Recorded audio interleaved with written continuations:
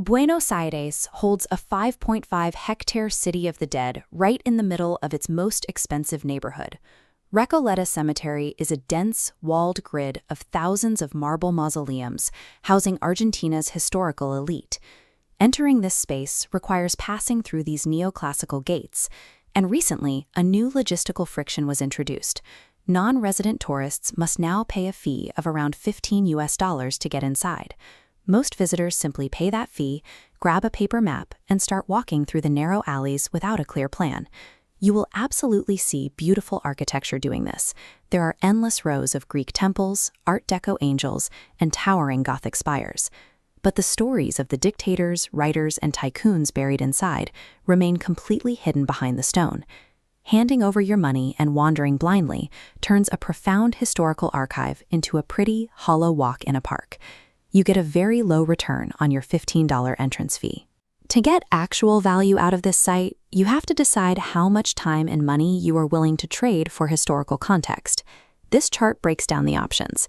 The x-axis plots your investment of money and time. The y-axis measures historical comprehension, what you learn. Paying the fee to walk in alone lands you here, the independent wanderer. Common strategy is a rapid 45-minute self-guided sprint aimed squarely at Section 12 of the cemetery. The target of that sprint is Maria Eva Duarte de Perón, better known as Evita. This approach accomplishes a single goal. You successfully locate the heavily fortified, flower-covered Duarte family mausoleum and see Argentina's most recognizable grave. But the logistics of this sprint are frustrating.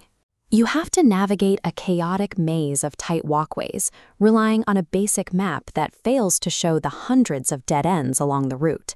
And by rushing, you miss the context that makes the grave interesting. You see a black marble vault, but you miss why her embalmed body went on a 20-year transatlantic journey before being buried here under multiple meters of solid concrete. Treating a 5.5-hectare necropolis strictly as an obstacle course to reach Evita ignores thousands of narratives, leaving almost all of the site's cultural value untouched. For travelers focused on history, the alternative is hiring a specialized guide. This requires a dedicated 2 hours and an additional $15 to $35. A guide decodes the visual language of the cemetery.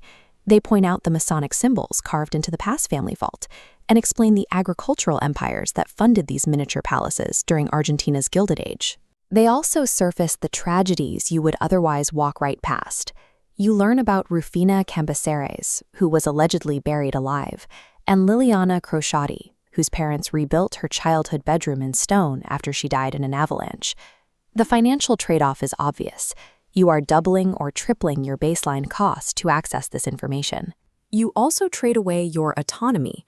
Moving through narrow stone corridors in a tight cluster of 15 people severely limits your ability to wander quietly and experience the space on your own terms. The guided tour maximizes your historical comprehension, but it requires the highest layout of cash and forces you into a rigid schedule. If the fees, crowds, and rigid schedules at Recoleta sound unappealing, there is a third option. Skip the tourist tax entirely. You can head to Chacarita Cemetery instead.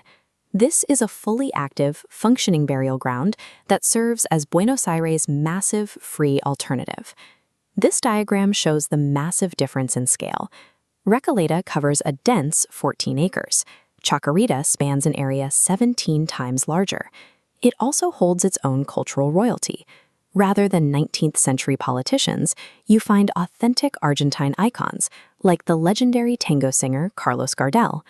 Choosing Chacarita comes with logistical trade-offs. It requires a longer subway ride from the central tourist hubs, and the grounds lack the concentrated, block-by-block opulence of Recoleta's elite families. You secure unmatched authenticity and keep your money in your pocket, but you sacrifice the dense Belle Époque architecture that makes Recoleta famous.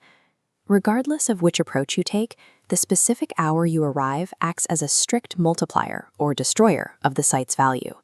The vast majority of visitors arrive right in the middle of the day, between 11 a.m. and 2 p.m., timing their visit with the drop-offs from major tour buses. The trade-offs of a midday visit are severe. The stone walls trap the heat, you fight shoulder to shoulder through tight intersections, and the harsh overhead sunlight flattens the details on the sculptures. waiting until the late afternoon provides a massive advantage for independent visitors. The tour groups leave, the pathways open up, and the low sunlight creates perfect shadows for architectural photography. Timing your visit poorly turns a solemn space into a crowded, sweaty chore. Your schedule is just as critical as your budget. To make a final decision, map your specific traveler profile to a direct action plan. This scorecard outlines the path for the Architecture and History Optimizer. You book a 9 a.m. guided tour to beat the heat, visit the adjacent Pilar Basilica afterward, and follow it with lunch at La Biella. This path runs you between $30 and $50 total. In exchange, you get optimal morning light, zero congestion, and actual historical context. If you are a budget traveler who avoids crowds, your plan is strict. Skip Recoleta entirely and take the subway straight to Chacarita. And for the casual visitor looking for aesthetics without the academic deep dive, pay the base fee, walk in independently at 4 p.m., and use the golden hour to take photos. Aligning your personal constraints with one of these specific strategies eliminates friction. You navigate the maze efficiently and ensure the time you spend among Argentina's history is actually worth the trip.